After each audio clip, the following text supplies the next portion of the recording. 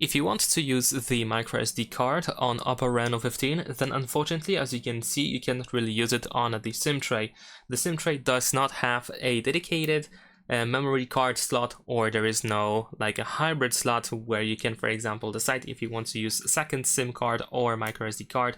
In this case, you cannot really insert the microSD card into the SIM tray and use it together with OPPO Reno 15. So what you can do instead, you can use a memory card reader. So I know this is very inconvenient to use. You don't really want to walk around with these things. And there are smaller memory card readers as well, where we have the microSD card slot only. So then with the USB-C cable, we can connect it to the phone and we can access the storage of the microSD cards. So you can transfer files from or to the memory card.